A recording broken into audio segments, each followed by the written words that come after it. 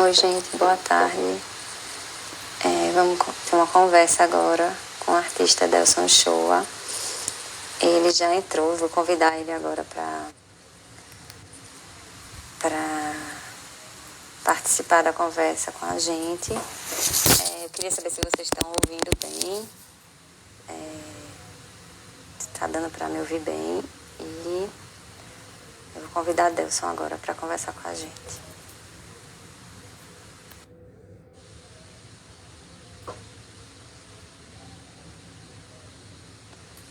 Já chamei, vamos ver.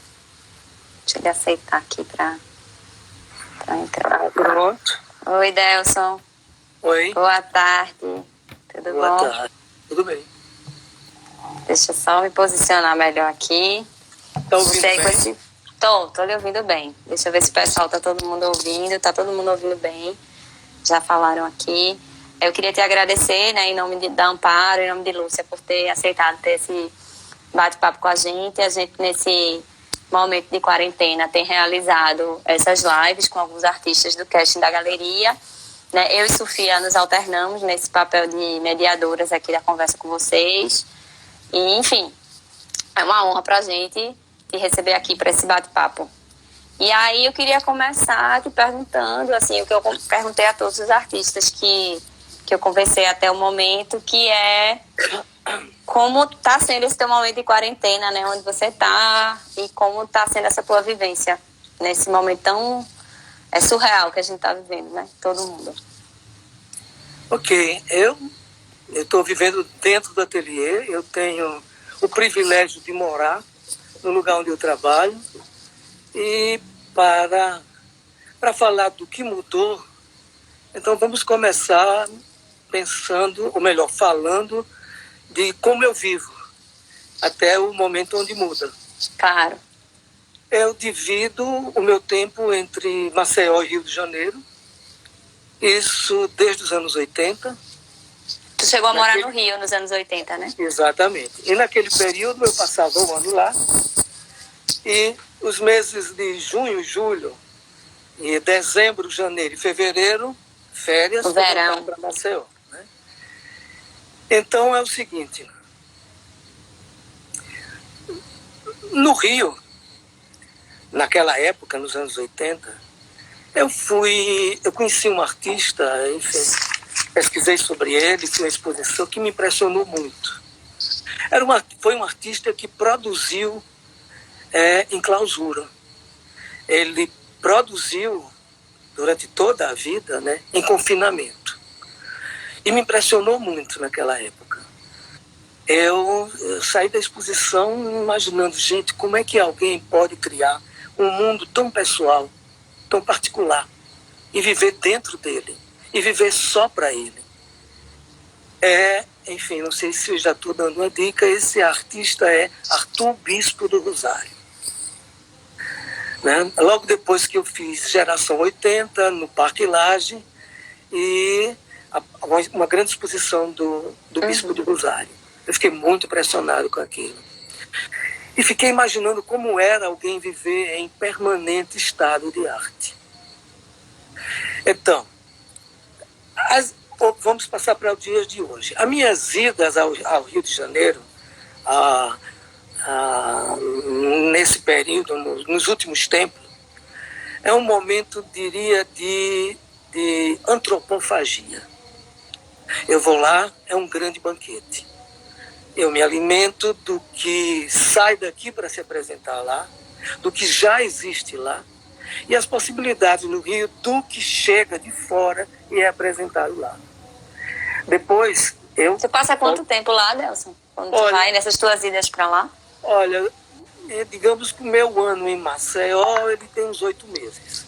Porque 3 meses, às vezes um pouco mais, dependendo da quantidade de vezes que eu vou, e quando eu vou eu me alongo. Geralmente 2 vezes ao ano no período da SP Arte e no período da Arte Rio. Da Arte Rio. Então, o período da SP Arte é sempre... Aliás, esse ano eu estava de passagem comprada, já tudo tinha pronto. Passagem marcada, tudo pronto. Ela começaria esse ano no dia 1º de abril. Eu tinha passagem marcada para o dia 31. Então, em princípio, eu vou para São Paulo, fico a semana da SP-Arte e depois vou ao Rio. É sempre em abril. E eu fico no Rio esperando o aniversário do meu filho, que é 4 de maio. E às vezes eu me alongo até junho. Um outro período é em setembro, da Arte Rio. Então eu sempre chego uma semana, 2 semanas antes e depois me alongo por mais 3. Então, nesses períodos é um mês e meio, dá 3 meses. E às vezes alguns outros momentos eu passo por lá. Né? Também passa por lá. Então, voltando dessa situação, quer dizer, hoje é o contrário. Eu vivo e trabalho em Maceió e passo esse período no Rio. Ok? Então, quando chego em Maceió, começa o período da minha autofagia. Então, eu começo a me alimentar de mim mesmo. De tudo que eu devorei porque eu chego com muito apetite. E, de repente, quando volto, vou elaborar as coisas que chegaram. Claro. Então, todas as vezes que eu volto, eu entro num período de reclusão e de vivência dentro do ateliê e produção, já que, sabe, a vida cultural de Maceió deixa a desejar, por conta de que eu vivo numa cidade de vocação turística, muito sol, muito mar, muita beleza natural, muita praia, e então o período cultural, enfim, dos cinemas, do teatro, de ópera sempre que eu posso e que canto, no período que eu estou lá, a sala Cecília Meirelles, assim, para concertos, eu também frequento, e as exposições e museus. Né? Então, sempre, todos os anos, esses 2 períodos de Rio de Janeiro, é uma alimentação. Como eu disse... Nesses períodos no Rio, tu produz também ou não? Ou é mais realmente essa alimentação? É essa alimentação. A produção se dá em Maceió. Então, quando suspenso a SP-Arte, eu tinha exposição também no Rio, um individual no dia 23 de abril. Né? E tinha a exposição também marcada aqui em Maceió, em maio. Nesse caso seria no museu aqui, no Hotel Brandão. Enfim, tudo suspenso. E daí eu posso dizer que no momento, sabe, eu estou vivendo a maneira Arthur Bispo do Rosário. Eu estou em permanente estado de arte. Sempre em Maceió, dentro do ateliê, a produção. Não para. Mas é acelerada. Agora, nesse momento, nossa... Quem entende de disco, antigamente eu estou numa rotação de 48, sabe? É uma velocidade absurda, porque eu acordo, tomo meu café e vou pintar. Depois olho o jardim, tem uns períodos de descanso e eu estou verdadeiramente em isolamento social. Eu tenho um assistente e eu estou 60 dias, sabe? Aí, né? De quarentena, sabe? Tolerância zero. Porque quem faz o supermercado, quem tem feito as compras é meu assistente. Certo. Então, é isso. A minha produção não diminuiu e, como ela já era acentuada, ela aumentou um pouco mais. E esse contexto que a gente está vivendo, Delson, de algum modo despertou algo em você? Existe alguma obra que veio, assim, nesse momento, ou tu está continuando coisas que tu já estava no processo de elaboração? Saber do meu processo é o seguinte: os meus trabalhos, eles ficam prontos quando eles são adquiridos, que eu não posso mais tocar. Mas enquanto ficam em processo, né? Não para. Às vezes, assim, como os antigos, 6 meses, assim, descansando, virado para a parede, e depois eu retomo, descubro que sempre. Às vezes nem é os 6 meses, às vezes eles saem para a exposição, e quando voltam, às vezes eu tenho alguns que já foram publicados, e quando voltam eu retomo e avanço. E também por conta de carência na reserva técnica, é isso que me levou a ter esse processo, o meu processamento enfim, a minha produção. É que mal condicionado na reserva técnica do ateliê, em algum momento eu tentei restaurar alguma coisa. E descobri que quando eu tentava, por mais que eu aproximasse, eu deixava antimancha. E eu sempre gostei da antimancha. Então, no lugar da antimancha, eu criava chagas luminosas.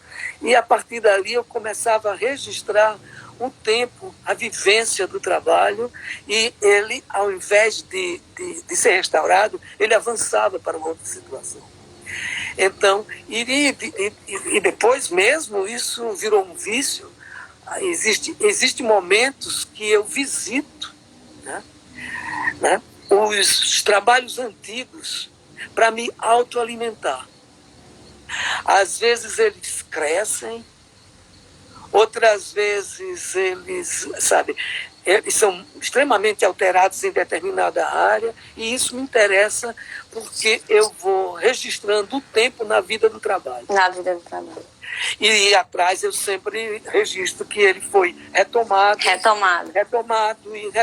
Tem alguns que já remontam assim, sabe?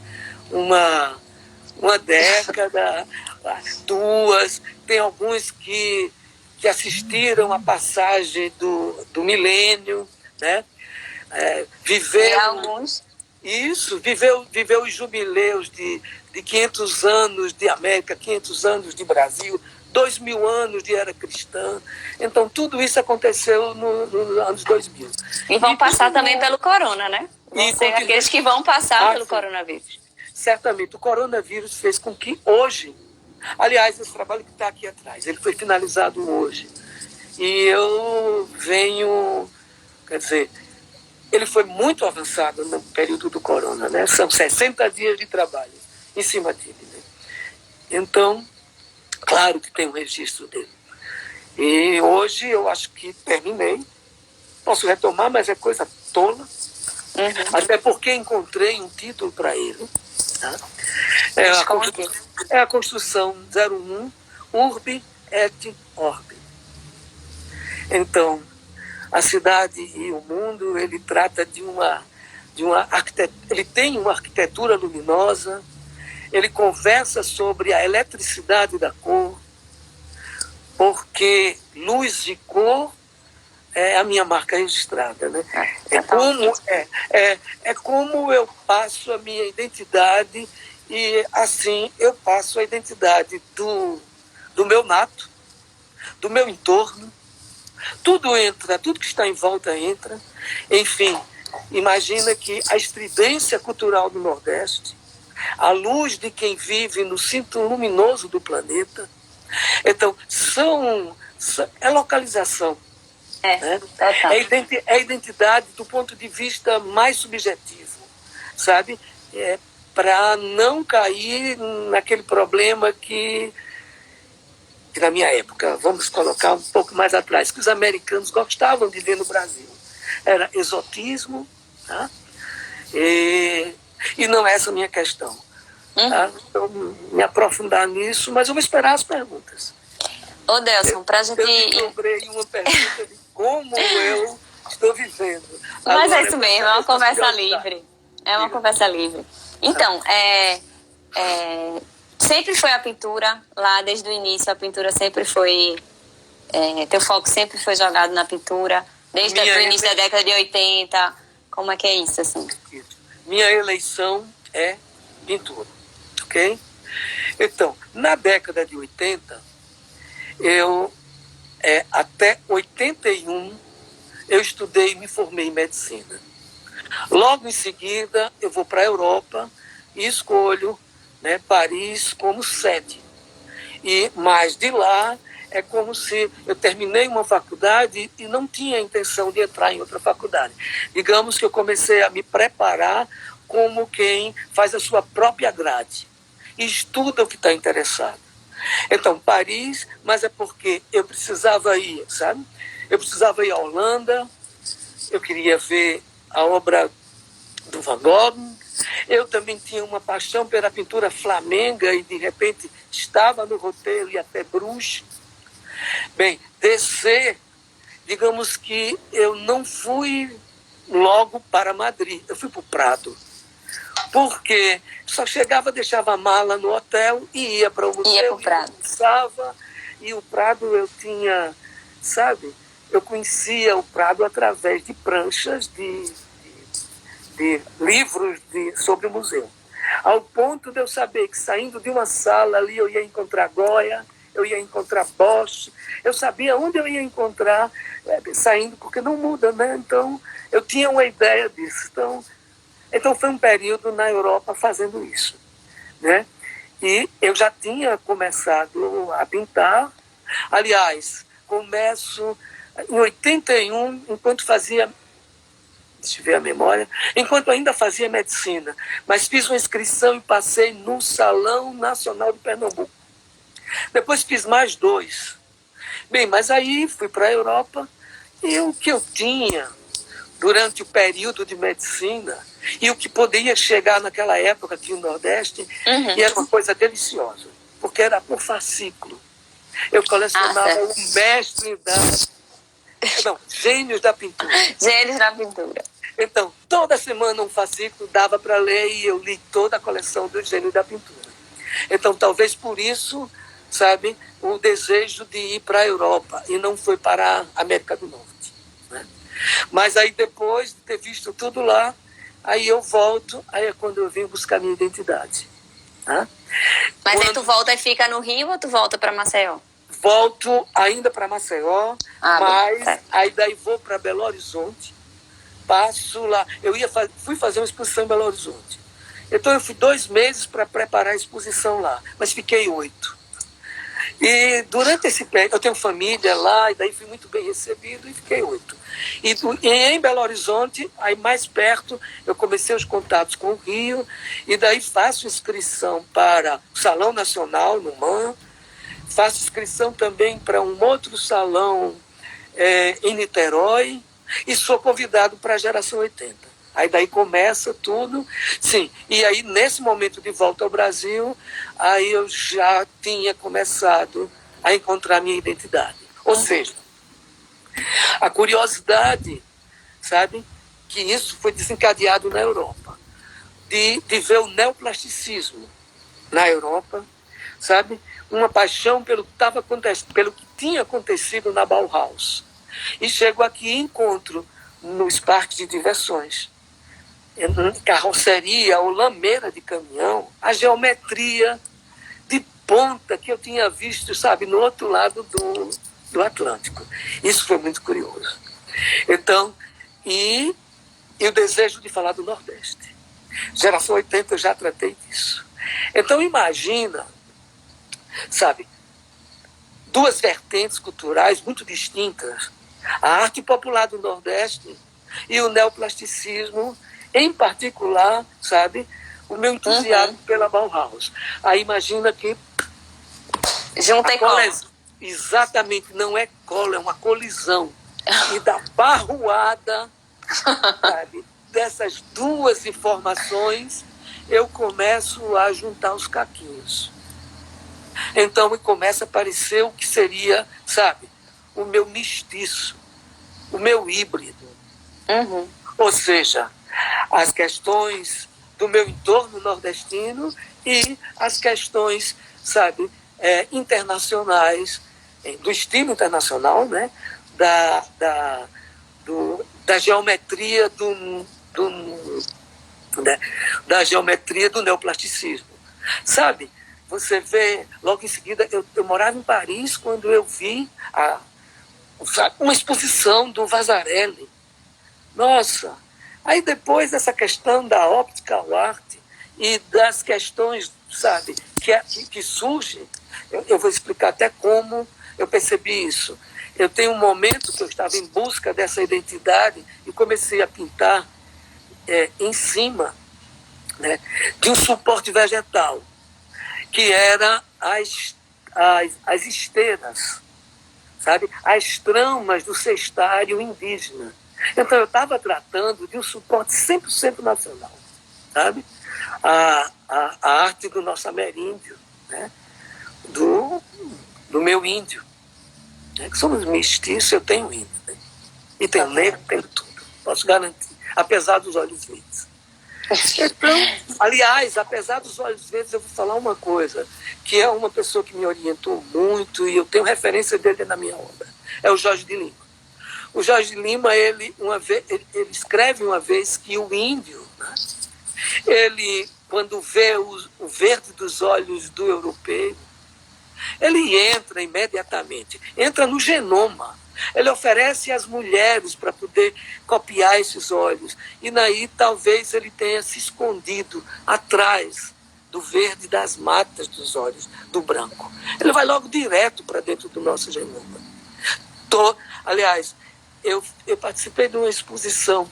O curador foi o Moacir dos Anjos, que era de adereços e tratava da questão indígena. Né? E tinha uma questão, depois com a Clarice Diniz, eu não sei de onde muito a origem, mas a questão de todo mundo é. Né? Todo mundo é, só não é quem não é. Ou seja, todo mundo é índio no Brasil, só não é índio quem não é. Ou seja, quem chega imediatamente e ainda é europeu, porque misturou, o índio está presente. Então, sabe, o nosso índio, ele salvou-se por conta de ter, sabe, mergulhado nessa questão genética imediatamente. Né? E o Jorge de Lima também tem um momento que ele questiona sobre essa nossa força nordestina. Ele questiona desde o início, ele pergunta o que dizer, né, da gente, que temos em nossas hemácias os gêneros mais opostos do planeta. Logo no início, o preto, o branco e o índio. Então, a partir desse princípio é que eu sempre, desde o início, hoje a cultura popular foi salva. Janete Costa, mas lá atrás não, é um testemunho disso aí. Tinha também a Lélia Coelho Frota, no Rio de Janeiro, que também... Então, hoje ela está salva, mas na minha época, nos anos 80, corria muito risco. E daí era um pranto você ver a nossa cultura, sabe? E daí, o meu primeiro híbrido, né? A minha obra enquanto mestiça é o Nordeste com as informações eruditas que eu trago da informação. Né? Uhum. Ô, Delson, você já comentou, né, um pouquinho da cor, do papel da cor na tua obra, mas acho que outra coisa que chama muita atenção também nos teus trabalhos é a dimensão dos trabalhos, né? É tudo grande, grandioso, né? Não tem uma coisinha assim pequenininha, é tudo muito grande, né? Sempre foi assim, essas cores sempre reinaram e essas dimensões também sempre foram grandes, como a gente conhece hoje. Eu ainda tenho uma série que, primeiro, não havia possibilidade de vender, e mesmo não tinha essa intenção. São trabalhos que têm 10 metros de pé direito, ou 10, 8, 9 de extensão, sabe? São gigantes. Esses trabalhos, sabe? Eu tenho dentro deles uma conversa com o tempo. Como eu falei dos restauros, eu tenho áreas desses trabalhos pintadas em 80, posso dizer exatamente, porque eu comecei quando eu venho para Maceió e quando meu filho ia nascer. Ele hoje tem 31 anos, pronto, 31 anos atrás. Então eu comecei essas coisas gigantes aqui em Maceió, porque o meu ateliê do Rio, na época, não tinha... Não comportava, né? Não. Então, esses trabalhos grandes, eles vão registrando o passado do tempo. Eu tenho áreas nele pintadas exatamente em 89. E ainda hoje, às vezes, quando eu vou expor, quando aparece a oportunidade, eu pinto com tinta de 2020. Então você tem, sabe, contrastes de tinta que elas vão deixando registro do tempo. Né? E mas a intenção no início de pintar trabalhos tão grandes seria do ponto linear falar, como eu disse, quero falar da arte do Nordeste, mas quero falar da arte do Brasil, quero falar da arte latino-americana. Então, a intenção da primeira dimensão era provocar uma intimidade absurda, que a intimidade que foi, sabe, desencadeada através do neoconcretismo. Então eu imaginava que se o trabalho era gigante, você poderia passear dentro dele. Ou seja, quando você se aproxima, o ponto cego, você não vê o que é pintura. E quando você começa a caminhar de um lado para o outro, você está andando em frente à pintura e dentro da pintura. Tal qual, sabe, dentro dos penetráveis, ou enfim, era a ideia neoconcreta, tá? Para continuar falando do Brasil. Aí já são informações que eu trago do Sudeste, porque boa parte da minha informação foram 7 anos vividos direto. Depois eu retorno a Maceió e hoje o mesmo apartamento que eu morei nos anos 80, no Rio. Moram meus filhos. E é para lá que eu volto, no mínimo 2 vezes por um período prolongado no ano. Ô, Delson, e fala um pouquinho da tua técnica, né? De produção, de usar o chão, né? Tu usa o chão como elemento. Vamos falar um pouquinho desse teu processo, né? Que é um processo alongado, né? Que leva bastante tempo, né? Isso. Como toda pintura, toda a minha pintura é feita em longa duração. A ideia de tratar do chão, já que nós falamos um pouco da luz, falamos da cor, essa questão, ok? E acabamos de falar um pouco do neoconcretismo, quer dizer, da intimidade que eu queria que a minha pintura tivesse. Logo em seguida, conhecimentos que eu tinha adquiridos na faculdade de medicina ainda não tinham sido usados.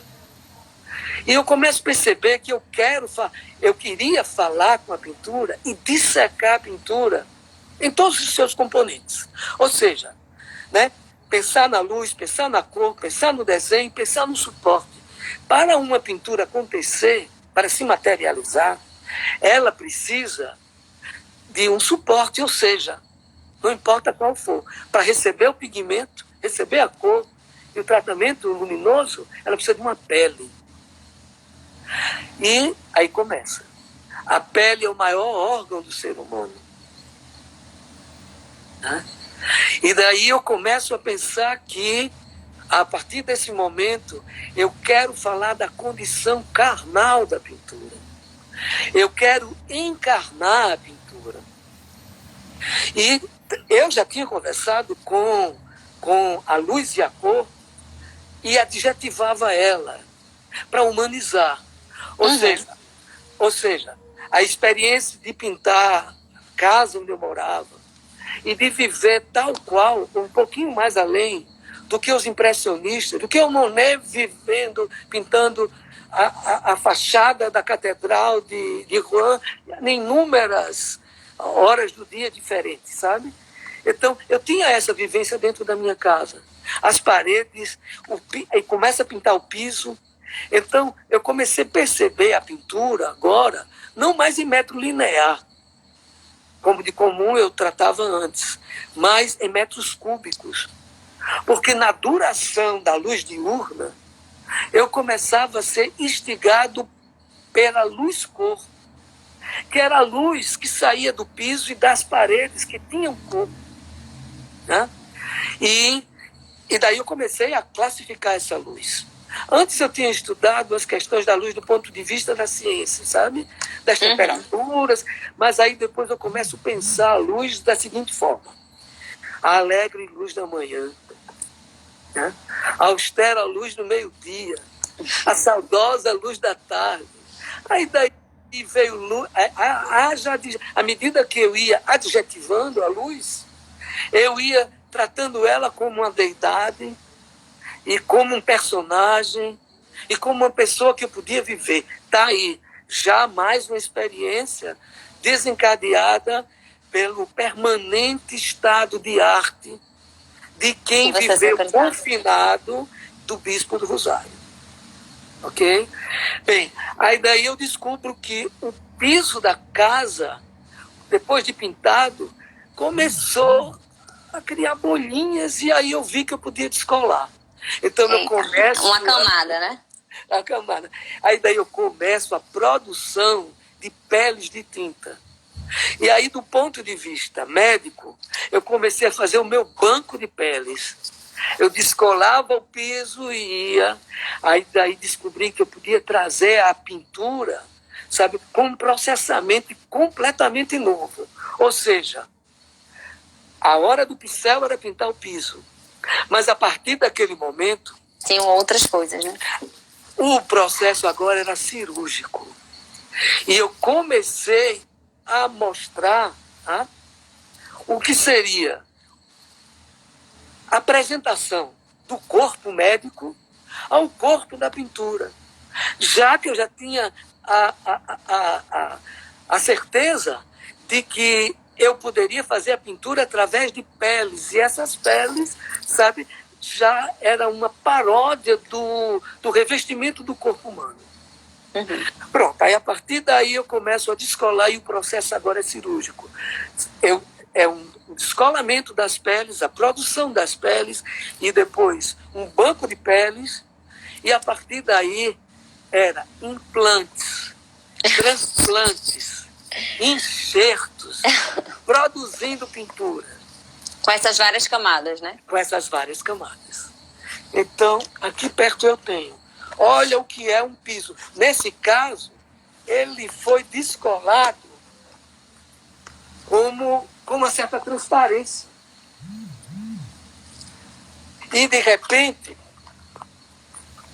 para falar da condição carnal da pintura, olha só, Maravilha. é uma pedra. Que material é esse, Nelson? Nada, só pigmento. Só o pigmento. E o piso descolado. Olha só, as lesões do piso descolado dos rejuntes da lajota. E daí está aqui mais uma situação. Uma pintura para ver a polpa digital com os dedos. E também, olha só, deixa eu ver se eu aproximo de vocês. Olha só, isso aqui é uma sutura, dá para ver? Totalmente. Totalmente. E o nome dessa sutura é chuleio contínuo ancorado. Isso é um ponto cirúrgico.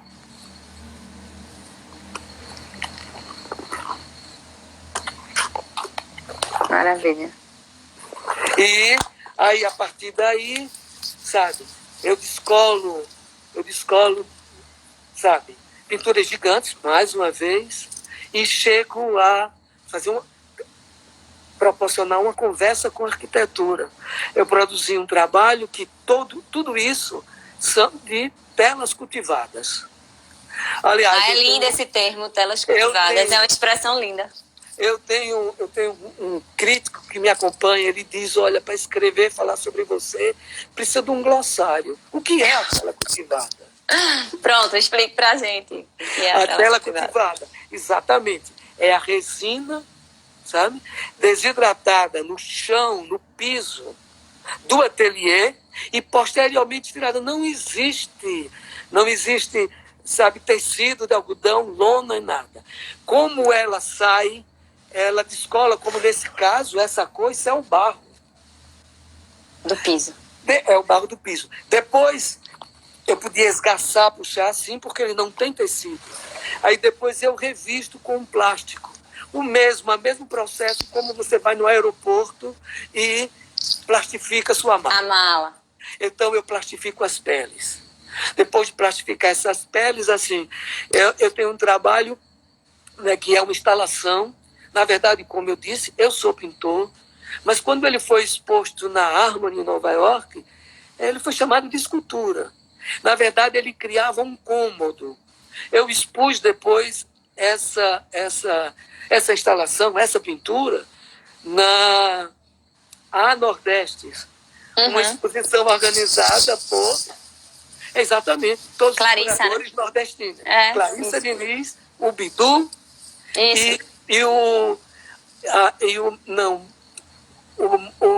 não sei se Marcelo Campos não era. Ok.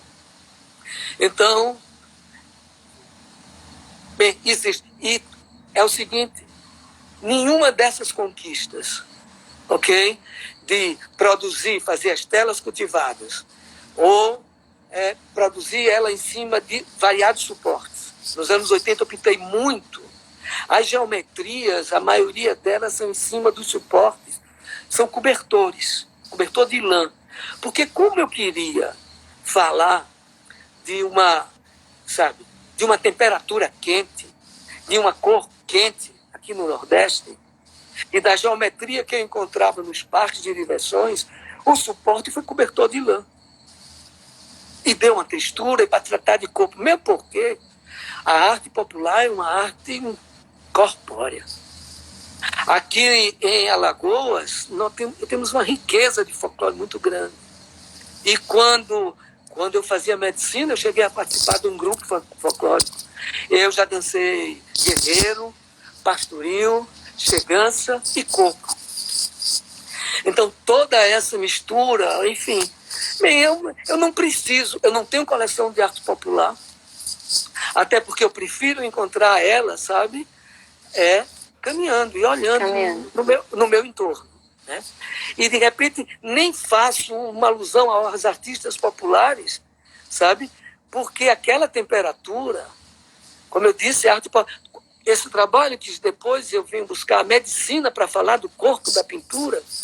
Tá? A arte popular é uma arte do corpo, é uma arte sólida. É uma arte que está, enfim, tanto nos festejos, na escultura e tudo mais. Bem, eu vou deixar... Estou fazendo monólogo, eu vou deixar mais espaço para você perguntar alguma coisa. E pior que o tempo da gente tá voando, a gente não vai nem conseguir andar muito. Mas tu citou aí a arquitetura. E aí, só para a gente entender um pouquinho como tua obra se relaciona com a arquitetura, né? Ela tem esse link aí, tu falou muito dessa pintura da própria casa, né? Tu pintava o chão da casa, como é essa tua relação com a arquitetura? Bem, antes do chão da casa, eu representei uma vez o Brasil em Veneza. E levei para lá um trabalho que o nome dele é Muxarabi. Então, Muxarabi é uma solução arquitetônica que chegou no Brasil. Eu só conheci o Muxarabi, foi aí em Olinda. O Muxarabi é uma entreliça que é colocada na varanda das casas para você ver sem ser visto. É de origem moura. Né? Então, os muçulmanos, a mulher não poderia ser exposta. Então, o Muxarabi trata-se de uma pintura laminada, ela é um tríptico sobreposto. Ele tem 3 lâminas e você levanta uma, depois levanta a outra, e a última é um muro para pichação. Essa obra já viajou bastante. Além dela ter sido, foi a obra que eu levei para Veneza, a última aparição dela foi numa exposição chamada A Cor do Brasil, no Mar, Museu de Arte do Rio. Mas ela também foi uma vez para o Arte Pará. Ela já foi mostrada no Mamãe, em Recife. Então, tem essa questão... Bem, já estou falando de uma das questões da arquitetura. Independente, sabe, para falar da luz e não tratar dessa questão geométrica ou luminosa, crua, saída direto da arte popular, eu sempre pensei e sei da questão da arquitetura luminosa. Enfim, para eu buscar uma luz estridente, para eu provocar uma luz-cor, que já seria, e também no momento onde em alguns trabalhos meus eu faço uso da optical art, também trata-se de estruturas de arquitetura de luz. Né? Uhum. Então, respondi. Respondeu. Olha, para a gente já puxar para finalizar, porque, enfim, o tempo voa nessas conversas, a gente tem que conversar no máximo 1 hora. A tua última exposição aqui no Recife foi na Amparo, né? Uma dupla com o Zé Patrício, né? Exatamente. Pictória foi ano passado, né? Em 2019. E porque comentaram aqui, entre os comentários que chegaram por aqui, falaram o artista das sombrinhas. Exatamente. Aí eu queria que, pra gente fechar, essa obra foi exposta aqui na Amparo, né? Eu queria que tu comentasse um pouquinho esse trabalho. As sombrinhas. Ok. Então, dentro desse período de, eu digo, entropia, desse momento de eu viver isolado dentro do ateliê e tentar viver em permanente estado de arte, trabalhar constantemente, eu acho que chegou um momento, eu vou dizer exatamente, mas foi 2000 e... Acho que foi 2012, 2011, eu não sei, talvez seja até 2000, um pouco antes. Então, daí eu acho que eu estava até criando um mofo. Eu só tinha, sabe, incursões lá fora, era quando eu ia ao Rio de Janeiro, no período do Rio de Janeiro, né, que sempre aconteceu. E daí, eu numa viagem, eu vou na estrada e eu descubro uma família numerosa, como sempre, as famílias do Nordeste, ela só tinha mulheres e crianças, os meninos também. Mas, então, pela estatura, fazia, sim, todos se protegendo do sol. Então, pela estatura, parecia um buquê, porque tinha sombrinhas mais baixas com crianças. Então, tinha mulheres que seriam as tias. Era uma viagem indo para Recife. Aí eu descubro e eu vejo aquele buquê colorido andando pela estrada. Eu digo, gente, aquilo é minha pintura.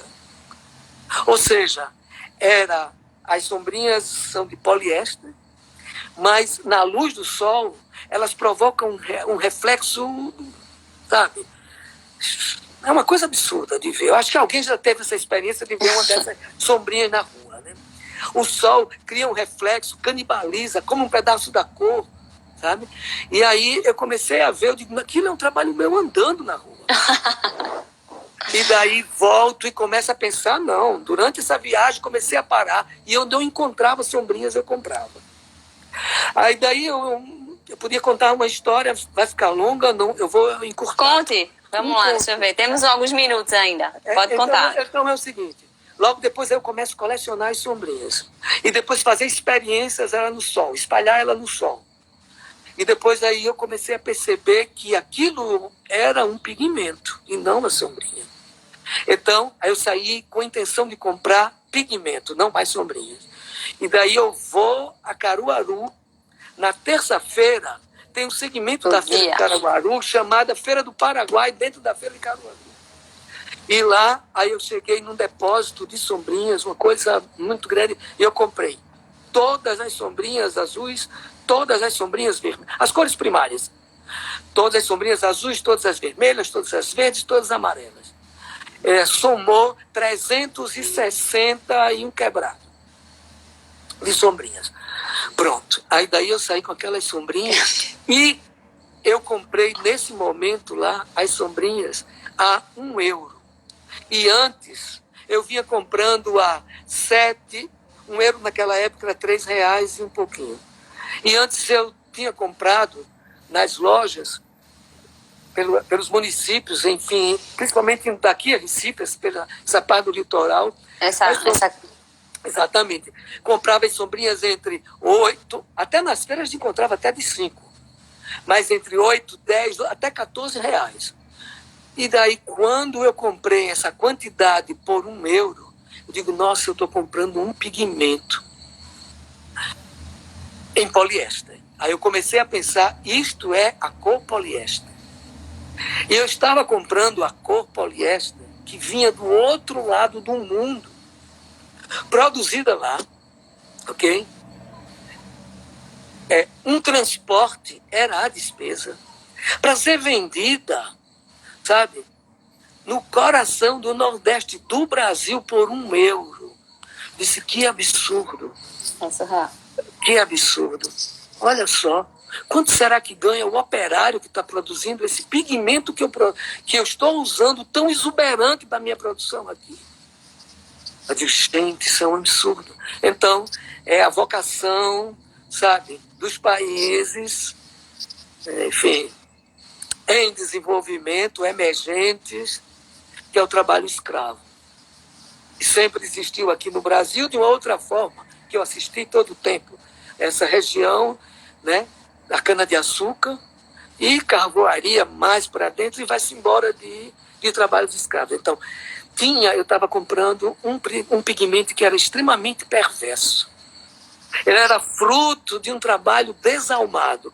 Aí daí, à medida que eu estava produzindo essas questões com sombrinha, eu estava descobrindo que a minha pintura poderia começar a falar de uma coisa muito mais séria.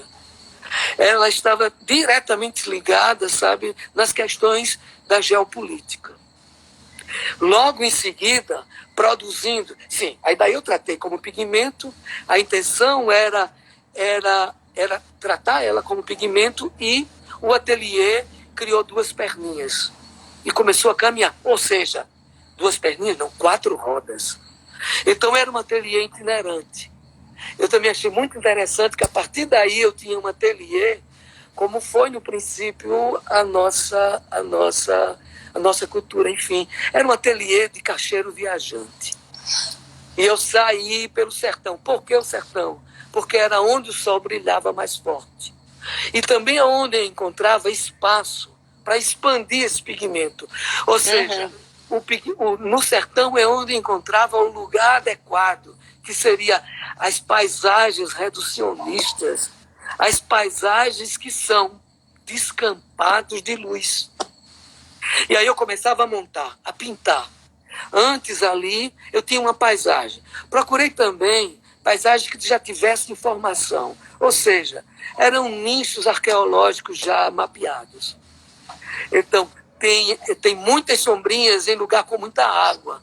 É porque eu procurei onde eu podia encontrar o que chama-se de tanques, que seriam rocha, mineral, né, impermeável, onde a água era acumulada, e por isso que a gente tem registro de 5 milhões de anos de vida no Nordeste. Então, esses lugares, pelos tanques, eu comecei a produzir muito. E nos descampados luminosos. E depois retirava isso, capturava, né? Capturava com máquina, né, não analógica, ou seja, digital, e copiava em resina de metacrilato. Então, procurando o limite das coisas. A resina de metacrilato já é uma foto-objeto, sabe? Diferenciada do papel e, enfim, o que eu produzi, eu não estava tratando ou repetindo, não era um tratamento de land art. Não era um tratamento não era uma questão do Walter de Maria nem do Smithson, onde a obra ficava lá. Não, era só e continuava a falar de pintura, que é o que eu sou. Então, era uma pintura expandida. Ok? Eu retirava ela do ponto de vista digital, mas não usava o laboratório. Sabe? Ela vinha direto e daí eu estava apresentando, como eu já apresentava, pintura em pele, pintura no tecido, depois a pintura em cima do poliéster, que era o tecido retirado das sombrinhas. Essa variação de suporte sempre me interessou. E agora o suporte era a fotografia. Então, a exposição daí de Recife, ela tinha exatamente, sabe, a pintura migrando para os variados suportes. Eu tinha essa pintura digital, eu tinha a pintura objeto, ou seja, escultura como alguém queira. Isso. Que era lembra do enorme. Enorme, o zigoto chinês. Isso, sim, no meio da galeria. Essa questão da China, hoje a China falando demais, mas olha, falar do trabalho escravo na China, sabe, não é isolado, que existe aqui no Brasil, né? Falar de que logo em seguida eu descubro, enquanto estava montando, fazendo instalações, pintando na geografia, eu descobria sombrinhas que já tinham sido jogadas na natureza, e aí eu descubro que essa minha pintura estava tratando também de chamar a atenção de uma coisa de meio ambiente. Ela estava ali, sabe? E precisava de mais de um século para ser degradada, né? porque o poliéster, enfim.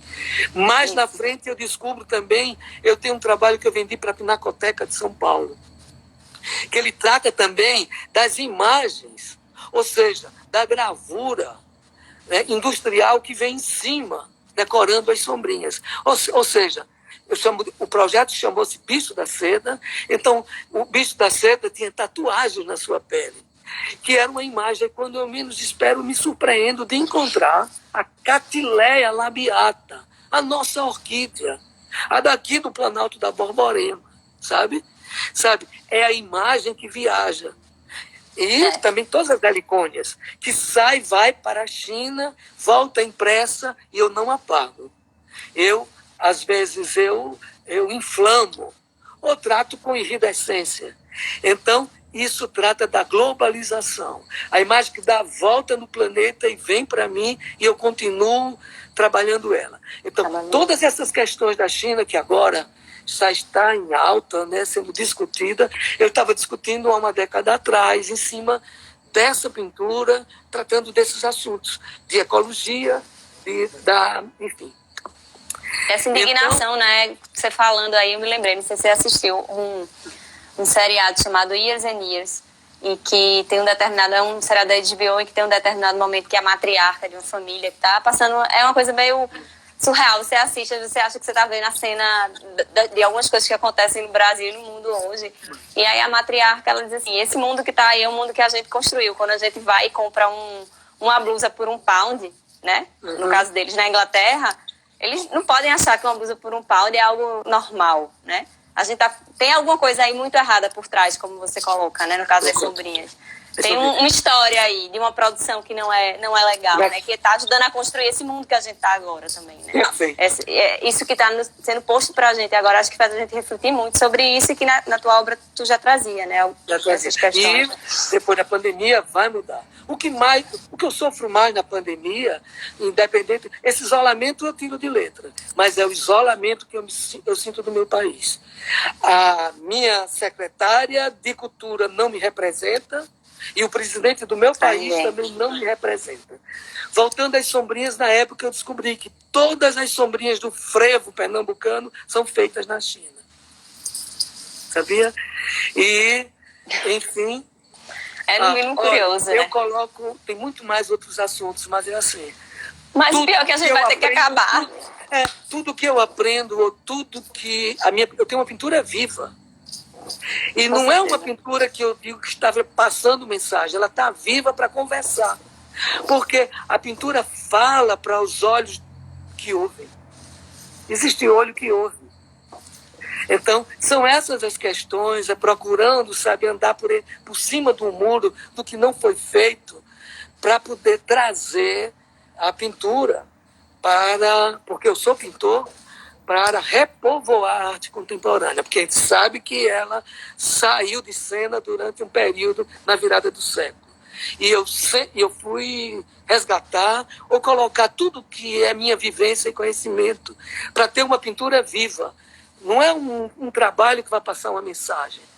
Ela fala da vida a todo momento.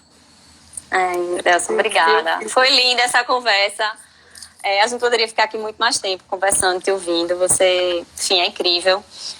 Queria te agradecer pela disponibilidade, né? A gente realmente tem que encerrar, porque senão a gente vai ser cortado pelo Instagram, porque em 1 hora ele nos corta daqui.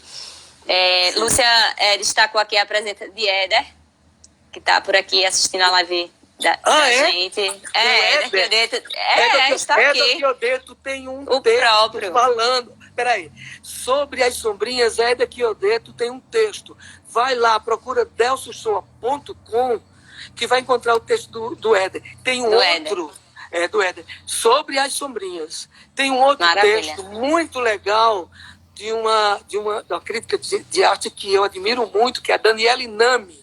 A Daniela Inami tem um texto que ela fala da rota da seda. Acho que o texto ela chama de O Marujo da Luz, porque é através dessa cor-luz, da cor das sombrinhas, que a gente comenta, sabe, a nova rota da seda, dessa vez para para mostrar uma pintura que quer falar de coisas sérias também. Maravilha. Foi ótimo te agradecer novamente e dizer a todo mundo que na próxima semana teremos mais lives aqui na página da Amparo, no Instagram da Amparo. Enfim, é isso, né? Vamos se cuidar, né? Por favor, fica em casa. E fique em casa, E vamos conversando por aqui, pelos canais que estão disponíveis hoje pra gente bater um papo e trocar, né? Tá junto. Okay. Tá distante, mas tá junto, né? Estamos juntos. Obrigada, querido. Agradeço a vocês que também assistiram a gente. Que assistiram a gente, né? Obrigada pela presença e na semana que vem a gente vai ter mais lives por aqui.